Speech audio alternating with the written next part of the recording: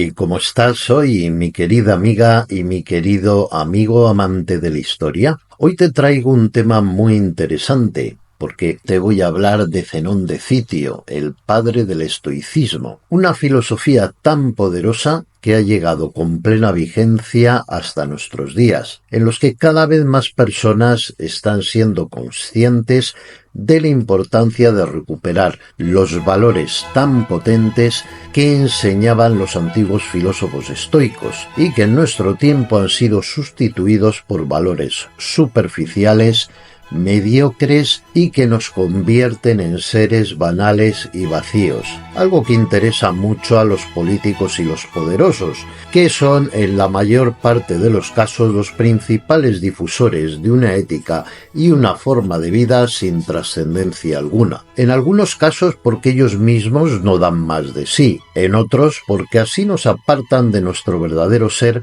y nos hacen fácilmente manipulables. Pero antes de contarte la peculiar vida de Zenón de Citio, permíteme que te haga una breve reseña de lo que significa la filosofía estoica para que puedas comprender la vida singular filósofo.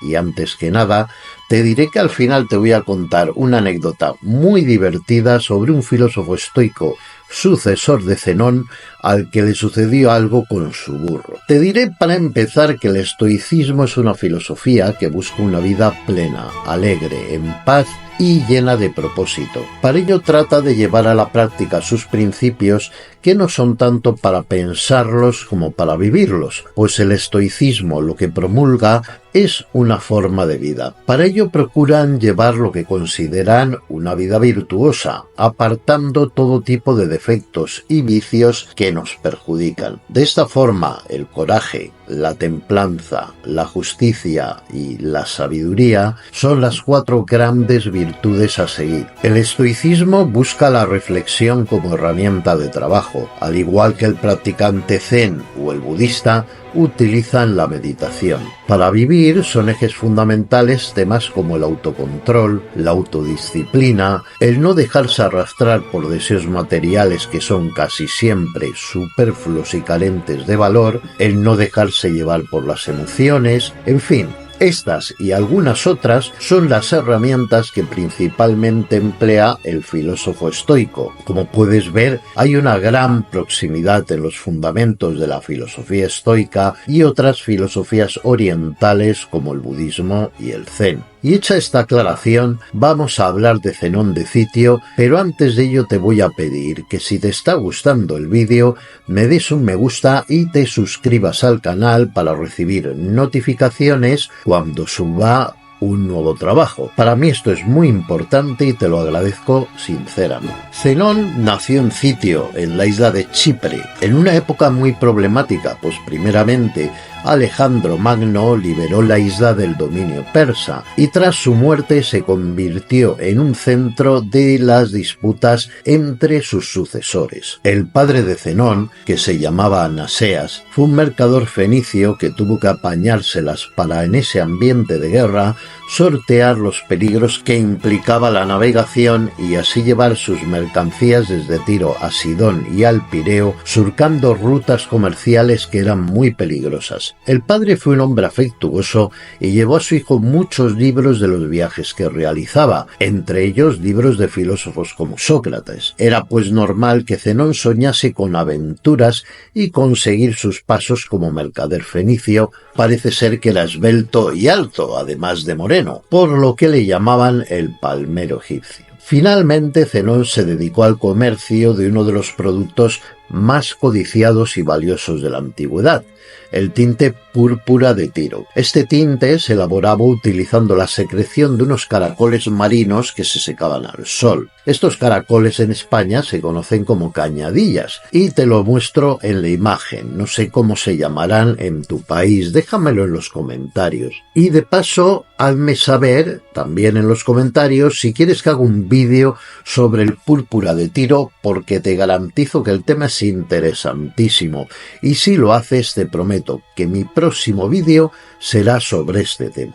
Resulta que existen varias historias, pero voy a contarte la que aparentemente parece más razonable. Esta nos cuenta que a finales del siglo IV a.C., Zenón partió de un puerto del Mediterráneo con un barco cargado con este valiosísimo tinte por el que se pagaba 3 veces su peso en oro. El barco de Zenón por alguna razón se fue a pique y esto supuso también su naufragio económico, pues vio cómo su fortuna se perdía en el fondo del mar. Este acontecimiento pudo suponer para él una auténtica revolución personal. No en vano, en muchas ocasiones la adversidad es lo que lleva a las personas a conseguir los más grandes logros. Y me gustaría que nos cuentes también en los comentarios si conoces alguna historia al respecto, pues este suceso llevó a Zenón a una transformación radical en su vida. Así que Zenón, después de este suceso, llegó a Atenas, que de aquella era una gran ciudad llena de vida. Se trataba de una urbe con unos 21.000 ciudadanos y que además tenía una población, según parece ser,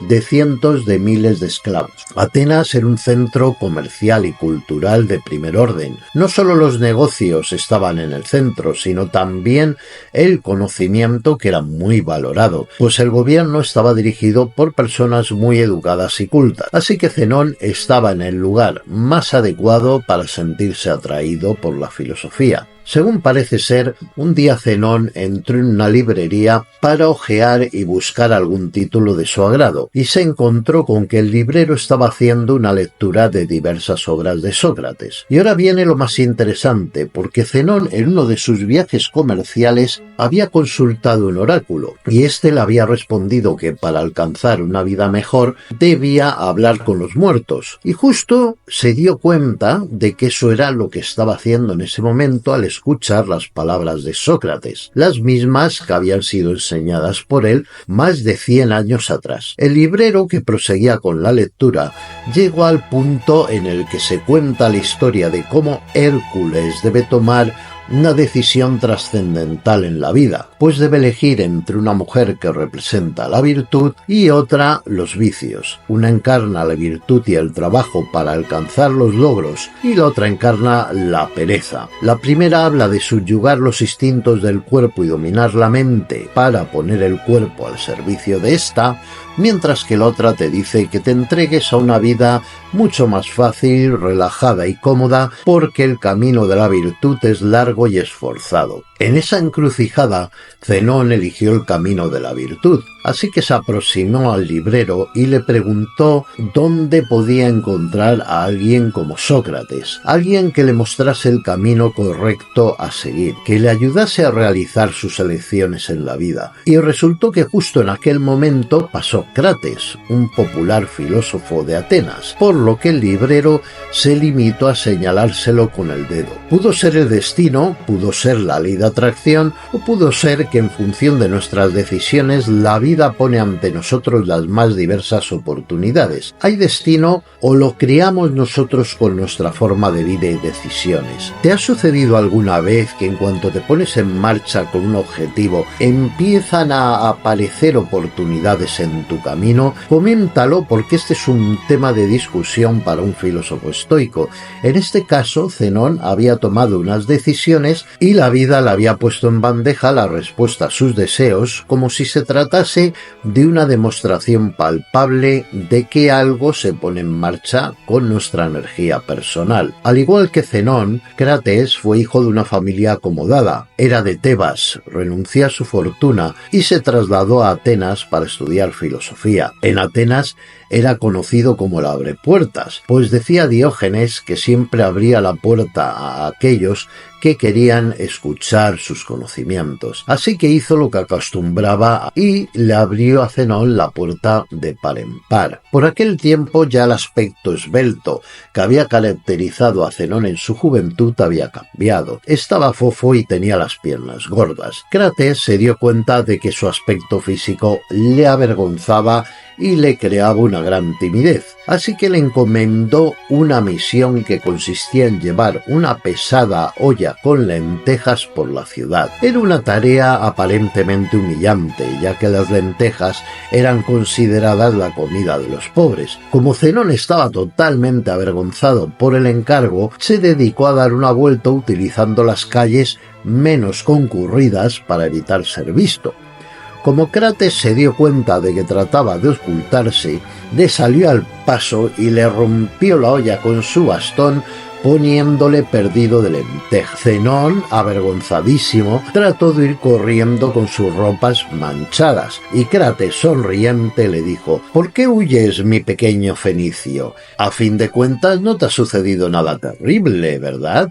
Con eso Crates le estaba transmitiendo que no deben importarnos cosas que realmente no tienen la más mínima importancia en nuestra vida, y que nuestra preocupación debe ser convertirnos en la persona que queremos llegar a ser sin preocuparnos demasiado por nuestra apariencia personal. Cuando finalmente Zenón terminó su aprendizaje con Crates, Polemón y Escipón, que fueron sus 3 maestros, tuvo que compatibilizar el dar continuidad a los negocios para ganarse la vida con el estudio y la filosofía, cuyo propósito para él consistía en encontrar una vida sencilla y tranquila, conseguir la armonía con el orden que rige el universo y el espíritu que nos guía por ella. Zenón decía que para alcanzar la felicidad teníamos que mantener un equilibrio positivo entre la naturaleza individual y lo universal. Personalmente, él llevaba una vida bastante sencilla.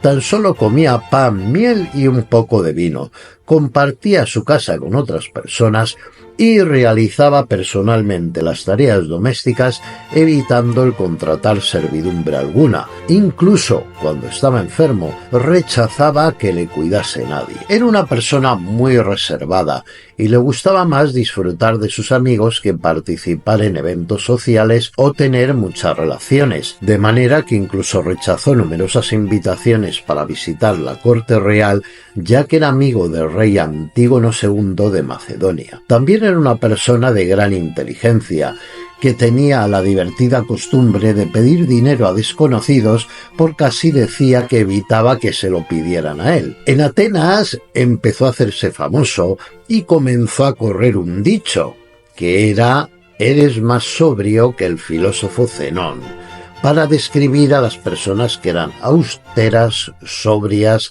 y autodisciplinadas. Zenón impartía clases de filosofía en el Ágora, el centro comercial de Atenas. Entre las tiendas y los comerciantes hablaba sobre lo que de verdad era valioso en la vida y ayudaba a los demás a alcanzar una vida pacífica en este mundo tan ajetreado. Entre otras anécdotas relacionadas con sus enseñanzas, quiero destacar una. Y es que en cierta ocasión tuvo un alumno joven que seguramente le recordaba a él cuando era más joven. Era guapo y era muy rico. Procedía de Rodas y acudió a que lo instruyera. Zenón le mandó a sentarse en un banco sucio y polvoriento con su impecable ropa, y luego le envió a pasar tiempo con los mendigos y los más pobres de la ciudad, lo que finalmente hizo que el joven desistiese de seguir su enseñanza. Seguramente este estudiante, que le había recordado a su juventud, no fue capaz de seguir el camino que sí había decidido seguir Zenón, que decía que la arrogancia es un obstáculo para el aprendizaje, lo que en este caso quedó totalmente demostrado. Y ahora te voy a contar de dónde viene el nombre estoicismo. Zenón se trasladó a dar sus lecciones a un lugar llamado Stoa Pecile, que quiere decir pórtico pintado, lugar cuyas ruinas aún existen, aunque proviene del siglo V a.C. De ahí que su escuela fuese llamada estoicismo, si bien originalmente a sus seguidores se les llamaba zenonios, algo que seguramente no le agradaba al ser una persona tan extraordinariamente humilde, discreta y sencilla. A Zenón no le gustaban las personas arrogantes, soberbias o egocéntricas, y eran antes o después expulsados de su escuela. Zenón era una persona que pensaba ante todo en la importancia del bien común y en que no debíamos vernos como personas separadas de los demás, y daba también gran importancia a vivir en armonía con la naturaleza, ya que decía que esto lleva a la virtud. Enseñó durante 30 años y murió con una edad avanzada, aunque no se sabe exactamente cuándo, siendo un hombre para entonces ya muy respetado y también muy admirado por todos. Incluso le erigieron una estatua estando aún vivo, le concedieron una corona de oro y hasta le dieron las llaves de la ciudad. Toda su vida fue un viaje hacia el conocimiento del ser humano, que compartió en sus clases y en sus desplazamientos por el ágora. Desgraciadamente sus escritos no nos han llegado hasta hoy, y todo lo que sabemos de él es por referencias de otras personas. Y ahora, como lo prometido es deuda, voy a contarte esa graciosa anécdota referente a un estoico que te prometí al principio del vídeo. Antes, déjame pedirte que si este te ha gustado, me dejes un me gusta. Resulta que uno de los continuadores de la obra de Zenón tras su muerte fue Crisipo de Solos. Se trataba de un hombre que tenía mucho sentido del humor, le gustaba reírse y también quería mucho a los animales. En cierta ocasión se le pasó por la cabeza el darle vino a un burro, lo cual pensó que podía ser divertido. En fin, el vino era algo caro, así que digamos que tampoco es que fuese maltrato animal, casi fue como distinguir al burro con un favor personal. El caso es que el burro se cogió una cogorza espantosa y se empeñó en comerse un higo chumbo, ante lo que Crisipo sufrió un ataque de risa tremendo que le provocó la muerte, y parece ser que de este hecho proviene la expresión morir de risa. Y mi querido amigo y mi querida amiga amante de la historia, esta ha sido la interesante vida de un gran sabio de la antigüedad, un hombre muy brillante y un ejemplo para todos. Ha sido un viaje extraordinario que he disfrutado compartiendo contigo, y te voy a pedir nuevamente que si te gustan mis vídeos te suscribas a mi canal y me regales un me gusta, y así estarás al tanto de los vídeos que publico. Adiós y te veo pronto en nuestra próxima aventura por el tiempo.